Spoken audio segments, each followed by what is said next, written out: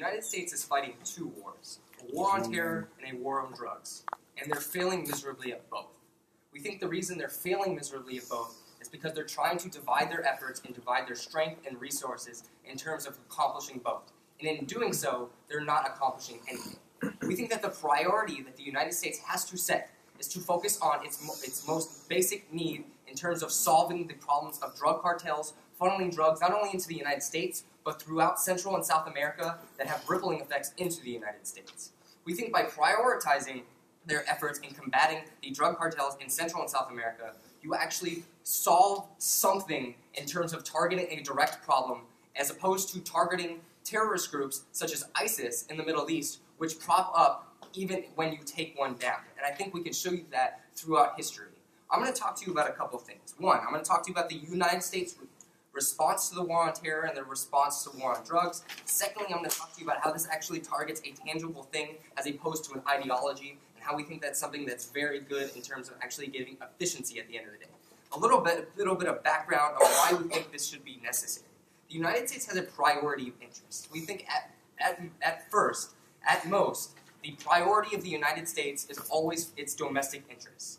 When we recognize that drug cartels and their problems in terms of encouraging drug trafficking and drug trade across the Central American, South American borders, but also into the United States, is a priority in terms of it being a domestic interest for the United States. More people in the United States are affected by drugs more so than they are terrorist groups in the Middle East, right? People are going to say, well, there's a security threat from groups like ISIS that there could be a terrorist attack, right? We don't think that's actually true, and we think that it's been shown that that's not going to happen. There are more problems when you have cocaine coming from Colombia or black tar heroin coming from other countries in Central America.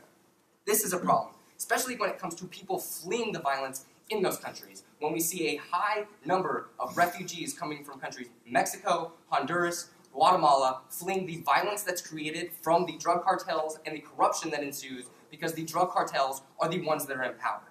Under that guise, I think it's very simple in saying that this is not a model debate, right? This is one in which we're talking about that they should prioritize their interests. In doing so, this would mean that they would focus more on that area, put more resources into it. That's a necessity in terms of prioritizing it. So now getting into my first point, right? The United States response to the war on terror and the response to the war on drugs. The United States put so much emphasis on the war on terror, but hasn't really accomplished anything, right? We look to instances when we invaded Iraq, when we invaded Afghanistan, because it was under the guise of a terrorist threat. Did it actually accomplish anything? And I think you can see at the point in which a terrorist group like ISIS exists, in which it was a splinter group of Al-Qaeda, that the United States didn't accomplish their goal there. And we think that the emphasis that's put on from the United States in terms of actually combating violence in the Middle East isn't something that's being very effective, especially when you look to the idea of U.S. militarism and imperialism that's viewed from countries in the Middle East. But otherwise, right, it's never worked, but why specifically ISIS, right? We have this fascination in the United States that ISIS is this large terrorist group that has so much power and they have so much potential to do so much damage. We don't think that that's actually necessarily true, and it's just been a fascination of the media that has sensationalized it for people wanting to actually go to the Middle East and fight ISIS. Because they're doing so, because there's a pressure on the United States government to actually go to the Middle East and fight ISIS, we see that this is a problem when inherently it's just a fascination and not something that should be a priority. More of a priority is something that isn't covered in terms of the war on terror.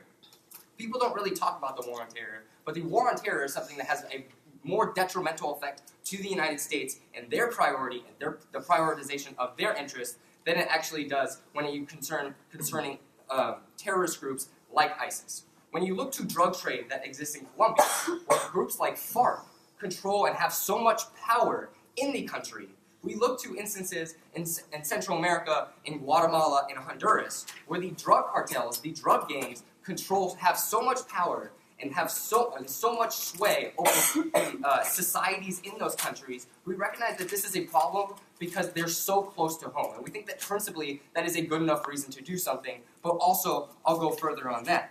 The war on drugs is something that can actually be tangibly solved. And we think we can prove that to you in our speech, right? And into my second point, targeting a tangible thing as opposed to an ideology. Because when we recognize terrorist groups like ISIS, it's based on an ideology, especially when we're concerning groups in the Middle East, when it comes to religious ideologies in terms of Islam or radical Islam or jihadism, right? We recognize that there's problems that come along with this, and then the United States says that they're going to go out and actually solve these problems. They actually do not. But the problem is when they squash one group down, many splinter groups actually prop themselves up, just like ISIS did from Al-Qaeda. We recognize that this actually doesn't solve anything. Before I go on, actually, I'll take you. Okay. One, the ISIS is not a splinter group of the Al-Qaeda. You should at least know that when you're debating the ISIS, but before to that, yes, we acknowledge that it's an ideology, but it's an ideology that must be uprooted from these Middle Eastern countries. Don't you agree? Yes, but you know what? It's not a United States priority. We think there are many other resources that are actually going into fighting the war against ISIS in the Middle East, specifically from countries within that region that are doing a great job, which my partner will continue in her speech. Secondly, though, in continuing, we think the war on terror, the war on drugs is a tangible thing that you can actually solve, you can actually counteract, in that the production of drugs is something that you can actually target in terms of coca production in Colombia and heroin production in Central America. At the point where you can actually physically target it, it's not an ideology that can sprout up, that can't be specifically targeted. We see that you can actually have more beneficial and efficient results at the end of the day. Because the war on terror has failed, because we don't think that you actually solve anything by focusing short-term goals on terrorist groups, but you can actually have good effects if you prioritize your needs and necessities and focus on the war on drugs and fighting Central and South American drug cartels, so that it not only does it affect the people living inside the United States, but it also affects people living in Central and South America, so that they're not fleeing violence, they're not fleeing the corruption. We think for all these reasons, you should strongly propose. Thank you very much. I would now invite the Leader of Opposition to open up the case for the opposition bench.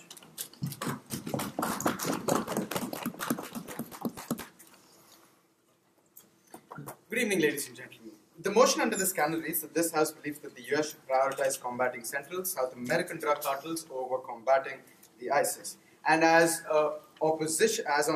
members of side opposition, we strongly oppose this resolution. Now, first of all, before I move on to my constructive case, let me try to place things into context. One, we agree that the US is actually fighting two wars. Yes, there's a war on terror and there's a war on drugs, both of which are detrimental not only to national security but as well as the economy. I agree, and we'll be much more accommodating in that manner than side proposition, which completely negates the imminent threat that ISIS poses. But I will discuss that later. Two, ladies and gentlemen, they seem to run on this assumption that proximity to the United States means that it's a greater threat or poses a greater conflict to American interests. But they seem to be running on this ideology that is very archaic or ancient. We live in a globalized world which is very interconnected in nature, not only economically but also socially and politically. And if an interest group in the Middle East, for example, collapses, then it is the imperative of the US to at least not perhaps solve it but assist it. But I will discuss that later again in my constructive case. Also, ladies and gentlemen, they believe that the ISIS is a fascination of the media. It was just manufactured out of thin air, and it is exaggerated to a great degree. Maybe because that is usually a trait of American media to slightly exaggerate certain issues. I agree, maybe that's to an extent, but not to the degree that they believe is the case. ISIS, over the past 10 months, not over the past 10 years, 10 months, has grown in leaps and bounds from a few hundred people to more than a few thousand. And while mere manpower isn't sufficient to sustain an extremist ideology, they're also taking over energy facilities in the Middle East. They're taking over military barrages in the Middle East. They're acquiring weapons that not only can be used within that region, but also have the capacity to pose security threats to the US and to the world at large. And they believe it's created out of thin air, and we shouldn't be concerned about it. moving on, ladies and gentlemen, they believe that ISIS is a splinter group of the Al-Qaeda. That is not the case. In fact, they're two complete factions which have recently united, and which have recently come to a consensus, and that in itself is a greater threat to the United States than they think. But let me move on to the central idea of that side opposition that pertains to side opposition. In order to understand why we need to combat the ISIS, we also need to understand what happened, what led to the rise of the ISIS in itself. Post the Iraqi war, a great deal of injustice was committed to the Kurds because the US failed to grant the necessary logistical and infrastructural support to form a government that is stable and to form a government that is necessarily democratic and upholds the values that the US continues to maintain. And in doing so, after the killing of Saddam Hussein, who was a Sunni, a group of extremist Islamists rose, created this uprising, and have created this mass of upheaval in that region, and have been accruing a large amount of support. And we believe that because this has happened due to the fault, due to the error or transgression of the United States, it is our imperative to correct it. Ladies and gentlemen, this has not happened once, but this has happened many times before. As they agree, we invaded Afghanistan, that led to the creation of Al-Qaeda. We invaded Iraq, that led to the creation of ISIS. So, okay, we created Al-Qaeda, we created ISIS, let the world ruin itself, and we'll worry about drug trade that is happening in Central America. Again, they lack the legitimacy to do that, but that's the argument for another debate. Moving on to the imminent threat that ISIS poses to the US, the security threat that they seem to diminish. One, ladies and gentlemen, as I mentioned before, this dramatic rise of the ISIS and the recent collaboration with the Al-Qaeda, who have made explicit declarations of waging war against the United States, not only the United States, but also other countries which support Western liberal ideas that include the UK, India, China, and it is as a stakeholder in this world and as a champion of world peace and democracy, it is the duty of the United States to combat the ISIS, ladies and gentlemen. And we also believe that this also has a dimension of economics to it as well. We have economic interests not only in the Middle East, as you mentioned, we have economic interests across the world. And in order to protect those economic interests, we have to combat extremist terrorist groups such as the ISIS. But he seems to disagree. Right. So if the US failed once, they failed twice, they failed 3 times, why do you think they're going to succeed this time? Yes. So in order to address that, they should understand what the US is currently doing to combat the ISIS. As President Obama promised while running for election in 2008, he has successfully managed to bring back all troops, or at least is in the process of bringing back all troops from Afghanistan and the Middle East. Yes, there will be no loss to American life.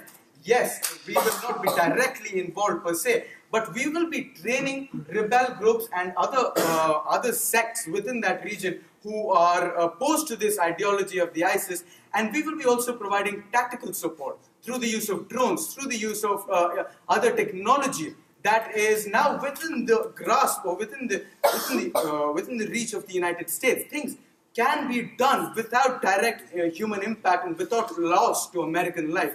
And we believe that since this is something that is possible, it should be done because the threat that ISIS poses and also the ideological problem that ISIS poses is very important to be exterminated. We agree that this is an ideological war as well.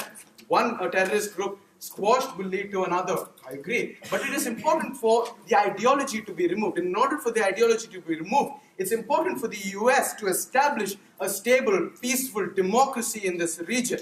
And that is only possible if you remove extremist groups such as the ISIS that continue to dominate these areas.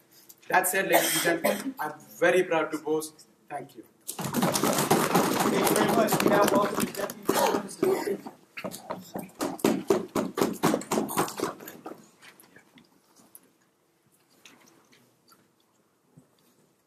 When looking at a debate where you have to prioritize something, it's important to compare the two factors or two situations that are being evaluated in the debate. The Unfortunately, coming from the last speaker, we heard a lot about the problems of ISIS, and I'm not going to come up here and try to tell you that ISIS isn't a threat, right? That would be absolutely ridiculous. But what we are supposed to come up here and do is talk to you about why the United States has an obligation, not just to its people, but the rest of the world, and where we're going to be able to see the most efficiency happen. Because this idea that ISIS is bad, it's a claim that I definitely support. The problem, ISIS and its ideology that's perpetuated by the United States continuing to stick its nose in the business of the Middle East. So today I'm going to bring you a split from my partner. First off is when do we favor or prioritize? I'm actually going to talk to you about the second part of the motion the last speaker failed to address, which is the part of the drug situations. It's not enough to say, yeah, there's some drug problems, but like it's more important for ISIS, right? I'm going to compare the two, very important. The second is going to be internationally. How have we handled situations in the past? How has it hurt us? And as the United States, what's going to be most effective? Before I do, let me go into some direct refutation, not this time. So he talks about terrorist organizations and that, yeah, once you quash one type of terrorist group, another is going to pop up, but we have to be able to get rid of the ideology. That's the problem. When it's an ideological war, you cannot get rid of the ideology. How does the ideology come when it comes to ISIS, when it comes to Al-Qaeda, when it comes to Boko Haram? A lot of those ill feelings come towards the idea that the United States involved itself in the Middle East to begin with. I find it humorous that the last speaker brings to you, well, we started these problems, so let's fix it. You mean the times that we tried to do that in 2001, right? And then we're still trying to do that. We think that's a problem of which in Afghanistan right now, they're actually begging the United States to completely remove itself and not train the people that are involved there. Why? Because the United States is not capable of doing it. There are ill feelings towards that region. The entire reason and how the Middle East was actually created was from an arbitrary setup of the United States, of the Western powers, and how creating the countries. We think this is a problem. Before I continue, back up. Okay, but you used your big part of your argument is that we failed fighting the war on terror, right? Have we not failed over and over again to stop these drug cartels as well? So in your own line of logic, you still keep failing. Why not go through the one that's more imperative and bigger problem? My partner's entire case was about how one of them has a definitive, I guess, like amount of items, right? Like you have a list in which you can try to quash that war. The problem, an ideological war cannot be solved. That's what my partner and I bring to you. He talks to you about the ideas of threat from ISIS in the United States. There's a minor threat, right? Maybe if we're talking even about the United Kingdom, but we're talking about the United States, in which it has been found that the actual threat to us is very minimal. Then he talks to you about that we should just train them, right, in these countries. You mean how when we gave weapons to the Mujahideen, where Osama bin Laden was a part of, right? Or how we tried to train the military inside of Iraq, and the moment that ISIS came, they dropped their weapons because they were petrified. It has not worked in the past. It's not going to work now. Let me go into my points of positive matter. First, when do we favor or prioritize? We want to uphold this like utilitarianism, most good for most amount of people. And that should be the goal of the United States. It's pretty straightforward. Why do we think that this is what's happening? It's because there's actually like empirical problems and effects to the United States when it comes to the war on drugs,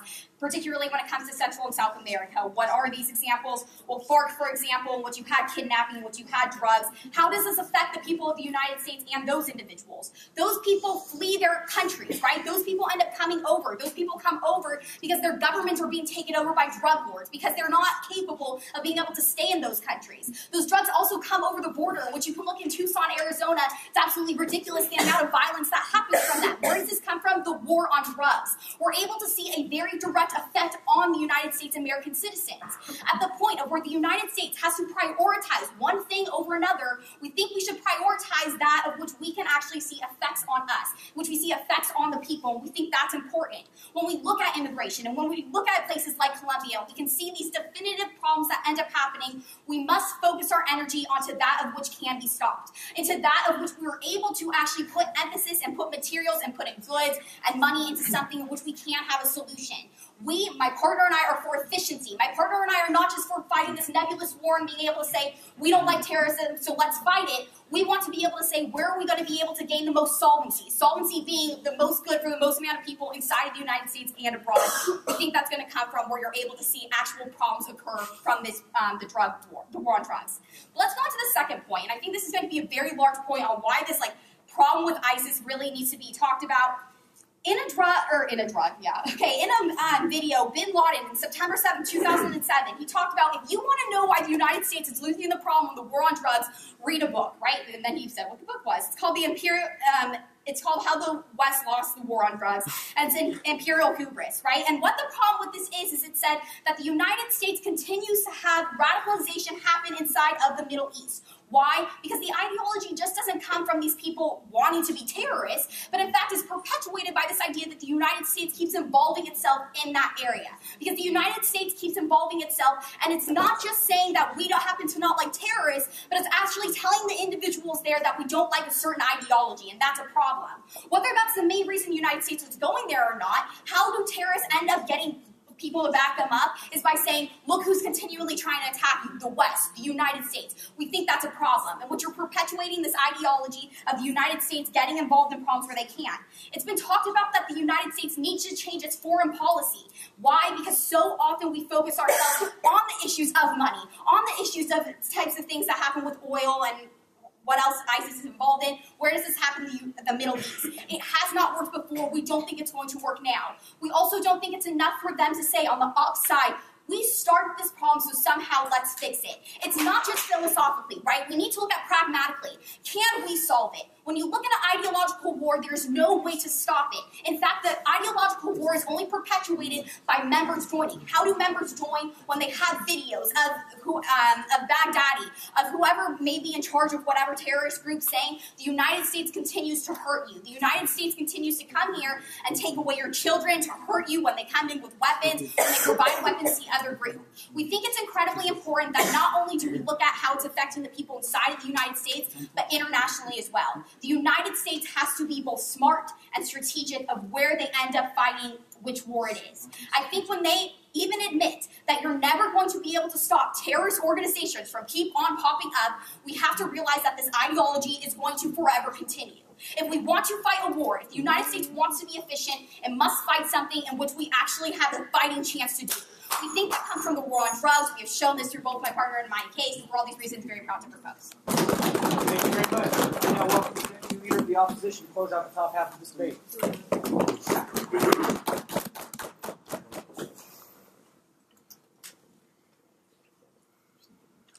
Ladies and gentlemen of the House, to begin with, on side opposition, I feel that the opening government has a completely flawed idea of utilitarianism, right? They believe that utilitarianism only seems to apply to the United States, and that's really not how it works. The way that utilitarianism works is that it's based on things that are done for the greater good, right? For the greatest utility amongst everyone. And we believe that ISIS not only poses a threat to US citizens, but ISIS as an organization poses a threat to the entire world because of the radical ideologies that they've been spreading and because of the fact that they have constantly been expanding and not enough has been done about the situation to curtail the progress that they have made. That essentially is the problem that needs to be solved in order for us to achieve something that is, in fact, the most utilitarianist thing to do, right?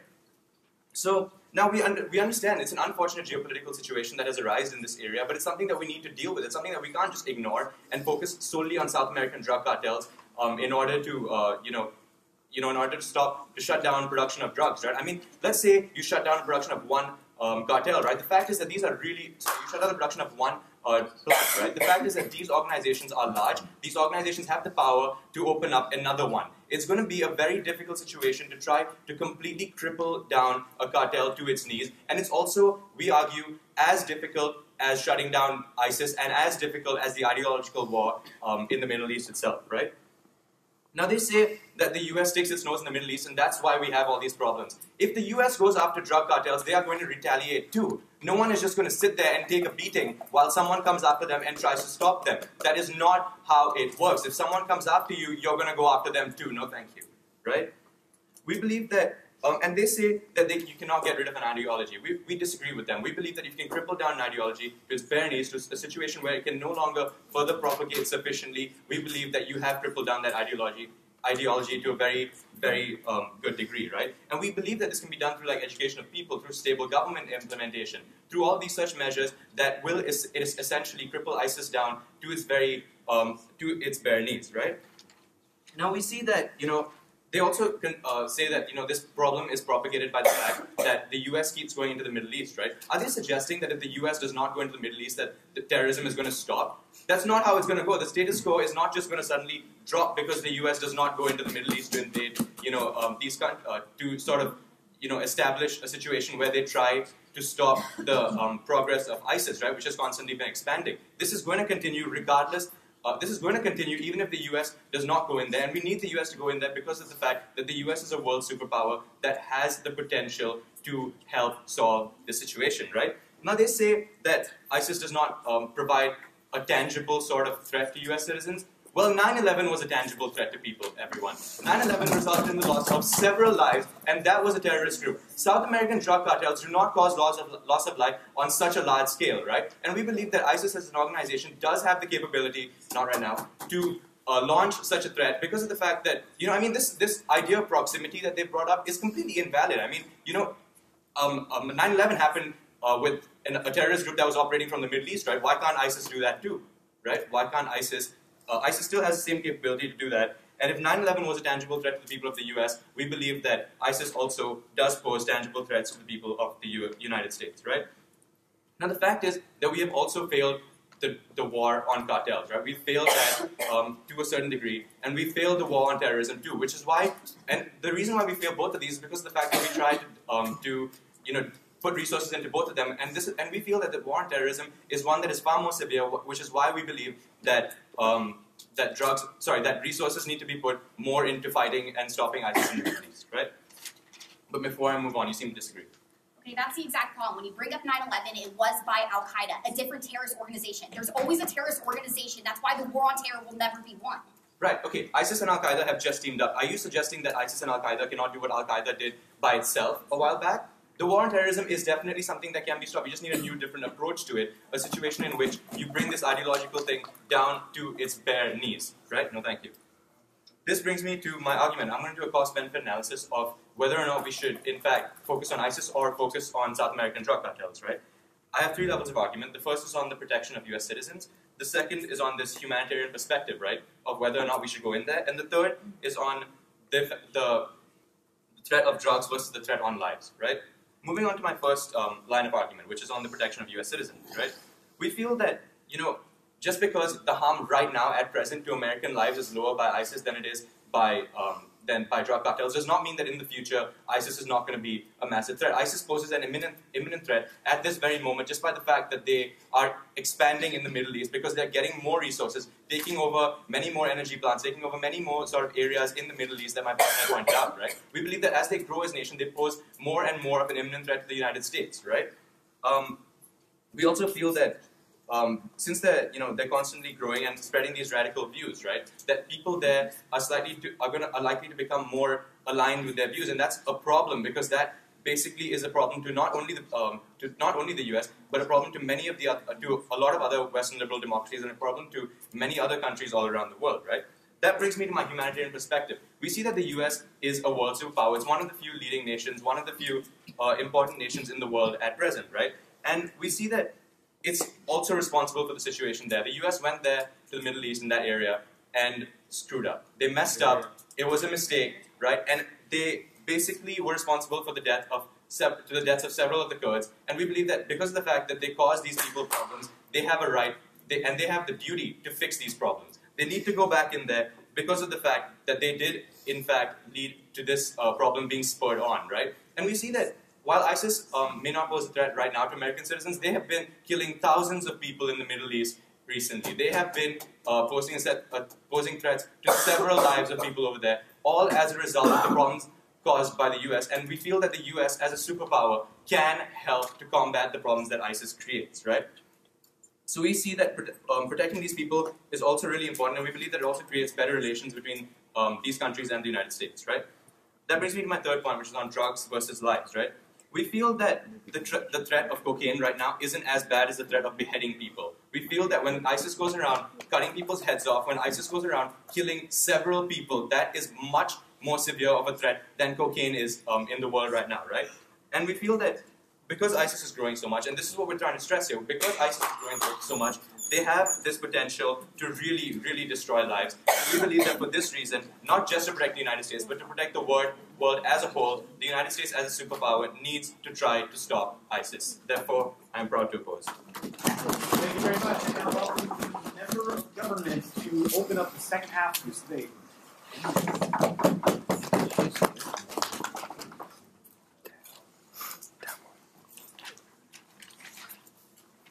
So far, this round has completely consisted of focusing on the Middle East. No one has really brought up the bigger problem here of what's going on U.S. soil. That has been completely passed over by opposition.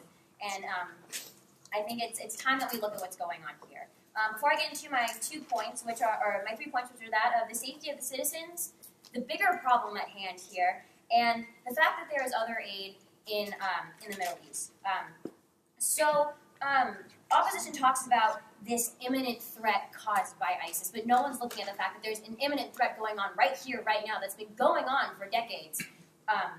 This is not a new problem. It's been happening. It's been consistently overlooked, and we think that it's time that this becomes an issue that our government is concerned about on a larger scale. As we're having this debate right now, there are American lives being lost on American soil. I'm pretty sure that there aren't American lives being lost at this very moment based on that of ISIS, and not this time. They also go in to say that there's not just cocaine being brought over, that this is, a centralized drug, and that's the issue here. But there are other drugs being brought in, and it's not just drugs that are being brought over the border. It's guns, it's prostitution. It brings those things into here. It's not just the drug itself. So going on into my points, it's been completely overlooked, the safety of our own American citizens. There's the border towns of Nogales, South San Diego, Houston, border towns in Arizona. The police don't have the numbers or the force to combat these problems, and I think it's time that the government finally takes its stand and takes a position to make this their problem, to make it their understanding and make it worth their time to combat. Because this is a much bigger problem at hand, and for the opposition side to say that, we failed in this war, we failed in this war, so you're saying that it's better to just give up on your citizens than try one more time and protect them? I think that that's a very broad statement to make. That it's because we've lost in the past, it's fine to go again. Go ahead. Which citizens are actually being harmed by the drugs coming over, and what does that harm actually look like? Can you explain that for us? Like I said, it's not just the drugs themselves. This debate seems to be focusing on the actual substance and not the crime that comes with it. In border towns, there's wars going on. There's children that or parents that are afraid to let their children go play outside because of the fear that they are going to be harmed. And people don't choose where they live specifically. These border towns are obviously lower socioeconomical towns, and it's not their choice to live there, but they have to be living in constant fear because of someone else's actions, and the American government isn't taking any action to stop it. Go ahead. Is human trafficking worse than beheading people? Human trafficking in hundreds and thousands? I'm not going to discredit the fact that it's bad that our citizens are being killed, but every single day at this very moment there are people being killed over drugs that the American government has just simply swept under the rug and is ignoring. So going in to one of my final points is the other aid that's being given to this problem.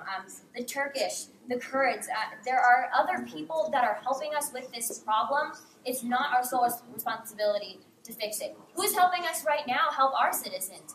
No one. Not even our government is paying enough attention to this. And it seems, and it's been going on far longer than the whole the terrorist group. It's been going on way longer, and people have just been so blind to it, and they think that if they don't talk about it, it'll go away. But all we see on our television screens is this war going on in the Middle East, and no one's looking at what's happening in their own backyard. Go ahead. See, we understand that there are people dying in society, but we think that there's a great difference between a cartel killing a few hundred or a few hundred thousand a few thousand, versus terrorist groups who want to kill exponentially. Terrorist groups don't have a limit on the number that they want to kill because they have such a radical ideology. This is the difference between a terrorist group and a cartel group. You said it perfectly in your own speech that they want to kill.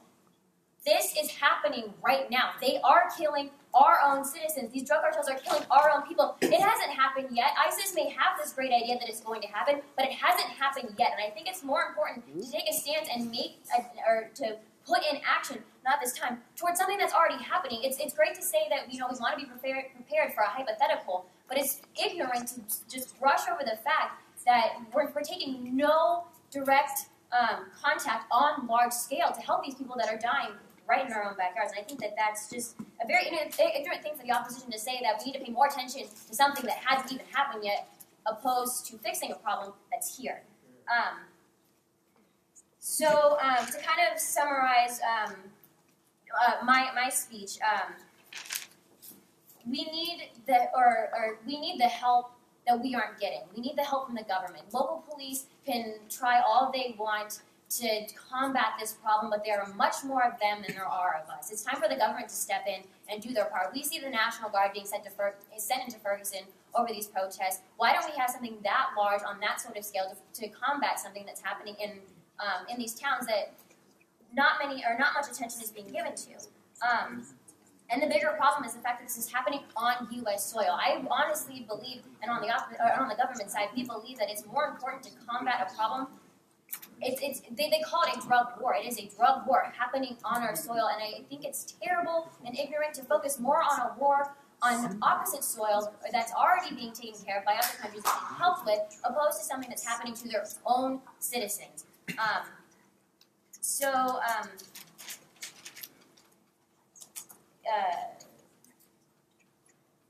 The lack of focus and prioritization on problems like this just make it so no one talks about them. No one's focusing on it, and it just leads more problems like this to happen. It's not fixing the problem. There is no solution to it already. And I think it's the government's responsibility to kind of play a role in something that is happening to their own people, or their own people are being attacked. And for some reason, the opposition side thinks it's so much better to combat a problem that hasn't caused an immediate threat to the U.S. citizens, other than, this hypothetical what if it happens, instead of paying its time and its resources over here on our own soil, fixing our own problems. And that is why we on the government side are happy to propose this measure. Thank you very much. I now welcome the member of the opposition.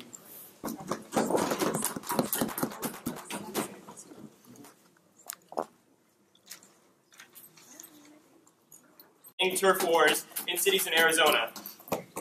And they failed to prove, not to mention that we've proved on, or that we brought up in a POI that we've ultimately failed to prove to be efficient at solving these issues of the drug cartels. We don't think that prioritizing this will make us any more efficient. I mean, we were not efficient even before the rise of the whole war on terrorism. So we don't necessarily think prioritizing those will make us more efficient now. So I'm going to talk to you about the nature of ISIS versus the nature of cartels, and then I'm going to talk about the position of ISIS currently. That's where I'm going to give you some pragmatic arguments. And I'm going to talk about potential harm, how these pragmatic issues actually increase the potential for harm, and ultimately what we have to worry about this, and then the compatibility of ISIS, because I think that's kind of been skewed in this round. So first of all, the nature of ISIS versus the nature of the cartels. Their motives are completely different. One's ideology, one's tangible motives, they just seek profit. The difference between the two is that one of these can be relatively satisfied once they gain control of an area, where other has ambition for expansion. I'm sure you can put together which one is which.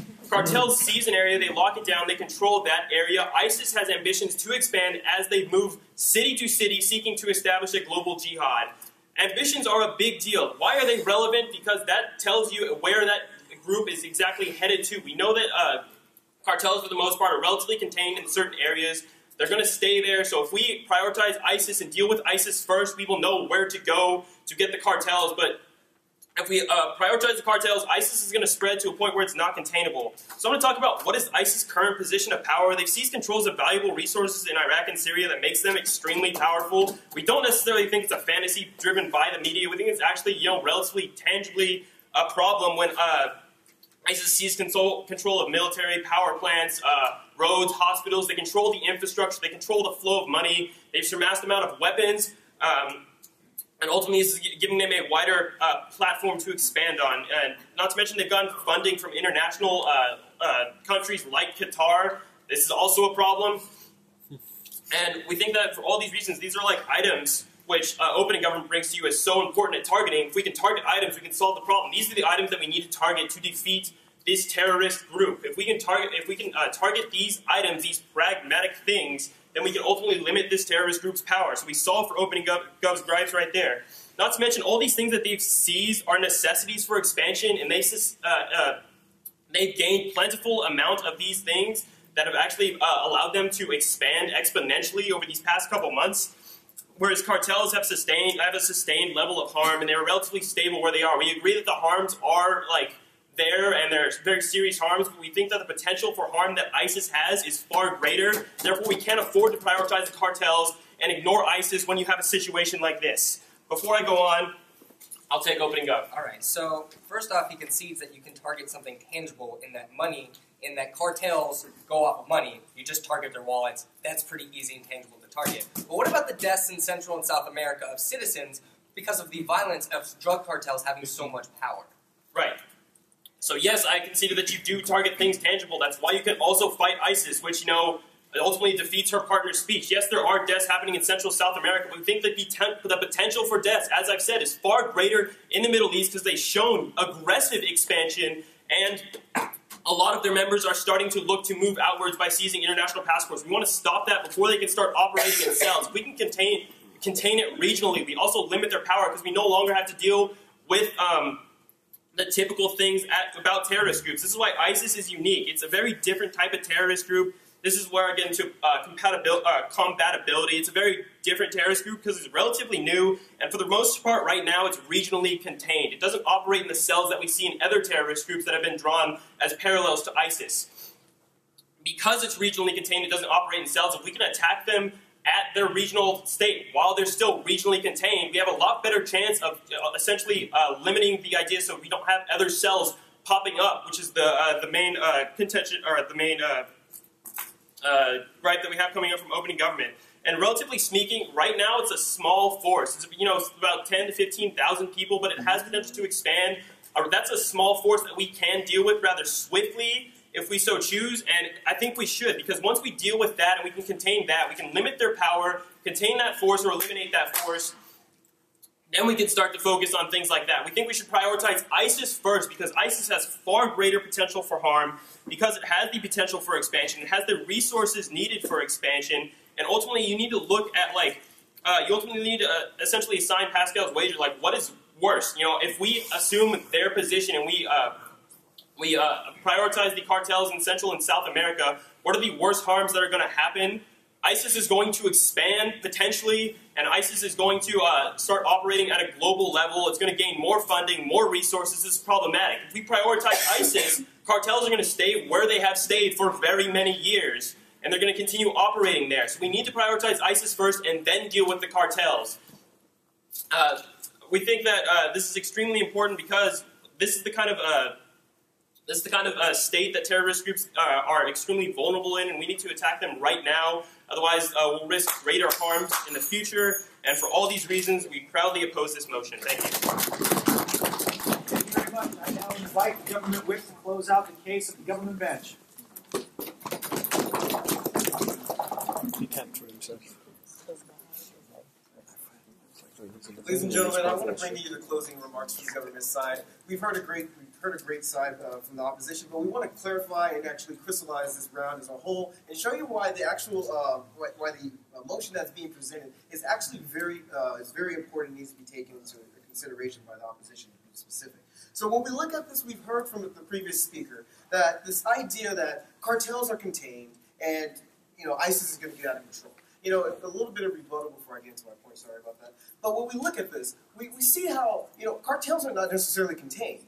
They're actually always growing. They're actually taking over cities in the United States. They're actually creating more and more violence. And that's what the opposition is failing to look at. They're seeing that, oh, well, they're not going to, you know, you can take these people down at some point and it's going to be easy. No, it's not easy. And that's why the U.S. needs to do this. As my partner brought to you, she talked about this, how this is not just a drug crossing the border. There's not somebody just throwing cocaine across and nothing else happens. There is a lot of other things that are associated with this. As she brought to you, there is prostitution going on as a result of this. There is drug trafficking, there is sex trafficking, and there are many other harms, people getting murdered over these things. And the U.S. needs to make sure that the people that are actually affected by this are actually, not at this time, are actually being considered, and the U.S. has a duty to protect its citizens. And that's what the opposition is failing to see. They're taking the U.S. Obligation to protect its citizens, and they're saying, you're not important right now, we're going to put you, we have to focus on this, because this is something that, you know, we feel like we have an obligation to do, not at this time. So my points that I'm actually going to, my main points that I'm going to give is, the U.S. bigger resources are needed for big problems, and the government has a specific duty to its people. So before we look, as we've heard from our team line, the lack of focus and prioritization pretty much allows these problems to continue to grow in the United United States. The reason why this problem has gone on for decades and is pretty much allowing an increasing amount of murders to go on is because the U.S. hasn't focused on it. And that's what this motion is about. This focus is actually needed to make sure that this problem is completely eradicated. We can no longer allow more Americans to be killed at the hands of international cartels that are coming into this country. We cannot allow increasing amounts of Americans or any other people being used as drug mules to come across this border and be just completely used as resources for these cartels. The United States has a duty to stop this from happening. What happens when you actually stop this from happening? As the government side has proven to you, that eventually you'll have a group of people, when we stop this tangible good from happening, you remove the main thing that drives these cartels. Not only are you removing the money that they use, this tangible good, but eventually you will see the trickling down where these cartels cannot perform anymore, that eventually they actually tear down, and the people in those South American countries no longer have to deal with the drug cartels in that area because you've taken away the main resource. As you've heard, you cannot take away ideology. People are not going to say, well, you took away my money, I'm going to change my mind. And that's what the opposition is pretending that you're saying. These people are not going to change their mind once their weapons are gone. These people are going to say, I still believe this. I need to figure out another way to make sure that this actually goes through. But before I go through, I'm going to take back out. Okay, so he just told you that the cartels have been operating for decades and have killed thousands of people. ISIS existed for a couple of years, came to power a couple months ago, have displaced millions of people and killed tens of thousands of people as a small force. Their potential to grow means the harm's going to just continue growing exponentially. We think that on our side of the house, the numbers game wins us, unfortunately. And as you've heard, there are actually people that are beyond, that are not just including the U.S., that are allowing this problem to stop from growing. There are people, as you've heard, like the Kurds that are actually doing what the Peshmergas, that are actually trying to go in and stop this problem. There's not just the U.S. that are actually looking at this. The U.S. is actually saying, hey, there are other people that are assisting us. Let's have these people assist us. That's the whole point of assistance. These other countries see ISIS as a problem also. That's why the U.S. can say, we can actually dial back and allow other countries to help us. Nobody, as my partner stated, nobody is helping the U.S. with their drug problem in the United States. Everybody says that this is a U.S. problem. Let them do it. Now the U.S. can actually say, this is also something that other people can help us with. Now I can back off, or now we can back off and concentrate on something that's affecting our people. So what we look at here, the bigger resources. The United States, as we've heard throughout the government side, they need to actually provide the resources that are comparable to this problem. This problem is growing over time because we've seen that the U.S. has not focused, and that's what we've been trying to let the opposition side know on this side of the house. We need to make sure that the government of the United States realizes that there are tons of problems that come across with these drug cartels by them not paying attention to them. The government should have that duty to make sure that not only are we going to stop this, but this will trickle down to actually destroy these cartels overall. These drug cartels cannot do the same things as ISIS does. When we look at this, they're going to say, hey, when we remove the resource from these cartels, that will trickle down and they will actually stop. Unlike someone else who believes that ISIS is actually the only problem that's going on. So what we look at, when we look at the government duty overall, the government should protect its citizens as its number one option. Its citizens, as we've heard, there have only been a couple beheadings, and we, as my partner stated to you, when we see the drug cartels that we've had, this has been going on for decades. Thousands of Americans and thousands of people being used are actually allowing this problem to be a big problem. So when we look at this, we see that the United States should say, yes, there are people being beheaded in certain countries, in Syria by the hands of ISIS. But there are hundreds of thousands of people that are being affected by this war that we are completely ignoring, that is my partner stated. And it is important for the United States to say, we're going to ignore these people because they're not just as important to us. Yes, these people are important, and the opposition needs to realize that these people's lives that have been lost are just as important, if not more, because the government has actually just completely tried to ignore it. And when we look at this, we believe, and we strongly stand on this side of the house, and we believe that the United States government has the prioritize this, the Central American and South American cartels and make sure that they take this down and then focus on another problem at hand. Thank you. Thank you very much. Now I'd like to call to the opposition whip to close out this debate. If you would.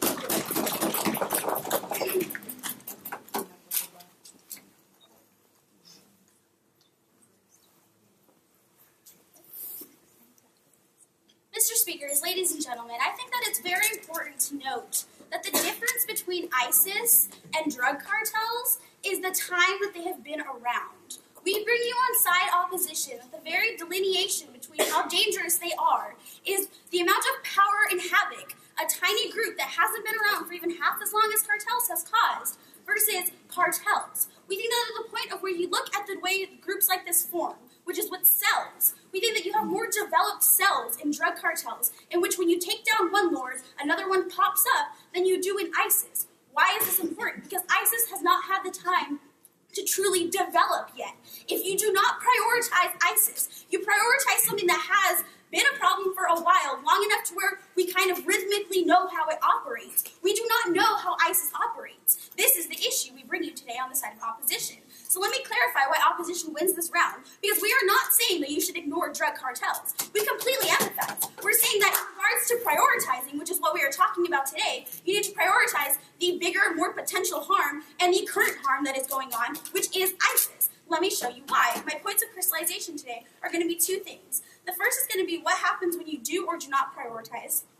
And the second is going to be what is more harmful, ISIS or the drug cartel. But before that, let me get into some brief rebuttal of what we heard outside of the opposition side's last speech. So you have the member of government coming up here, and he tells you, you had a PM, a POI, from the PM stating, while my partner was speaking, what about the deaths from the cartel in South America, right?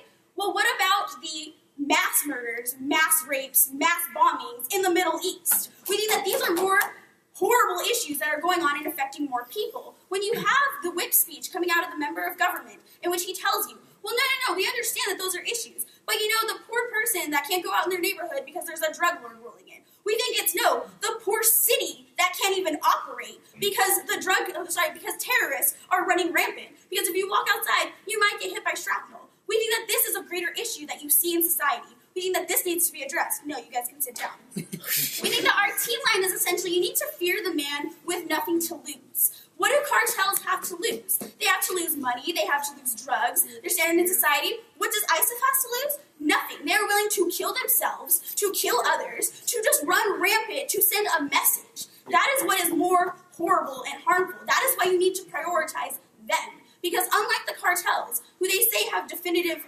problems that we can go against, ISIS has definitive issues as well, which we can attack, that attack this ideology. When they say that they're going after definitive issues, which gets into my first point of crystallization, they want to argue about finding the tangible good, right? That you can go after the money and the drugs. You can go after the funding of ISIS. You can go after the number of people in ISIS. You can go over how much power they have. These are all tangible goods that support ISIS that you can attack and would be more effective at attacking while it's small versus getting large. This is our point. Now, when you also see that 2.5 years ago, as the last U.S. troops left Iraq, and President Obama said and described Iraq as a sovereign, stable, and self-reliant nation, that today, jihadists are tearing it apart. Why? Because it was no longer prioritized. Because it was labeled to be not that big of an issue. Yeah, terrorism was still present, but it's not that big of an issue. Let's go focus on other issues. What happened? Al-Qaeda got stronger. ISIS came about. This is what happens when you do not prioritize issues. That's the issue in this round. You also see that the ISIS was essentially helped by U.S. omission. This is because they decided to label other issues as more important. This is a problem. If you can ameliorate the amount of harms coming out of ISIS, we think that you can win on our side of the house. We think that we do when you prioritize them. No, Colin, sit down. We also think that, when you hear from my partner beautifully, when he stands up here and he tells you that the nature of ISIS is inherently different and therefore more dangerous than the nature of drug cartels, and that they are motivated by greatly different things, that there is more than enough of a reason to want to prioritize ISIS. No. We think that also, too, when you look at whether or not ISIS or the drug cartels are more harmful, let's look at ISIS. Several journalists, Christian kids under the age of 6 heads being put on spikes in parks. You have videos of their killings. all of this going on, I don't remember the last time a drug cartel, mass media sent out the last murder that they did. So excuse me for finding more of an important factor on that death than the ones going on here. We think that's a major issue because it shows that countries no longer have control even when they send people that are supposed to be neutral, like reporters, into war zones. We think that this is important. You also, when you look at the fact that it is funded, like my partner tells you, by one of the richest countries in the world, Qatar, that is really bad because that means they have an infinite amount of support. The way you get things done in society is when you have money to do what you want to do. ISIS has no problem doing this. This is what makes it unique based off of other groups that have gone on. Also, too, when you look at the ambitions being endless versus drug cartels, actually, I'll take you really quick. Okay, so things opposition has ignored. My partner's argument on U.S. imperialism through historical analysis, ever talking about drug cartels in Central America and South America, because she thinks killings don't happen every day. Go to Honduras, you're going to fear for your life. Oh, no. That's great. People do fear for their lives. But trust me, people will fear for their lives much more when a group like ISIS comes to America, or when a group like ISIS comes to countries like Central America, because they want to go everywhere. Let me remind you, they want to wage jihad against the entire world. And the fact that they're denounced by one of the most radical terrorist groups, Al-Qaeda, you know there's a serious issue here. We don't think that drug cartels want to go for world power. They just want to be successful enough to live the lives they want to live. We think that this is the difference between these two groups. When you also look at the fact that ISIS was born of regional warfare and Islamic fundamentalism, you look at the fact that their very ideology that my partner tells you they are built upon is one that is more dangerous and more harmful. Drug cartels, as I mentioned earlier, are motivated by money, by power. Yes, they're kind of similar, but they're not motivated by the thrill of knowing that they rampaged an entire village and sent their message out to the entire world. We think that this makes them more dangerous. We think that the government has an obligation to prioritize what has more potential harm as well as current harm. We think that what they want to focus on is what's been going on for a really long time in America. We think that, yes, it should be addressed, but in regards to prioritizing, which, by the way, if they really wanted to do a good job in this round, they should have defined better what priority actually looks like in this round. We think that had they done that, then maybe we would have had more to debate on. But in regards to the fact that they didn't define it, we're saying that in regards to prioritizing, you need to do what's more dangerous in the long term, short run, potential, and currently, which we think ISIS is. We think that we've shown you this beautifully. We think also, too, that ideological warfare also has infinite capacity. This infinite capacity is dangerous. This is why you need to vote for opposition as a whole, but particularly close or side opposition, because we stand for going after what could have the most harm. Thank you. Thank you very much, everybody. Give the participants a round of applause as they shake hands, make nice, and make new friends.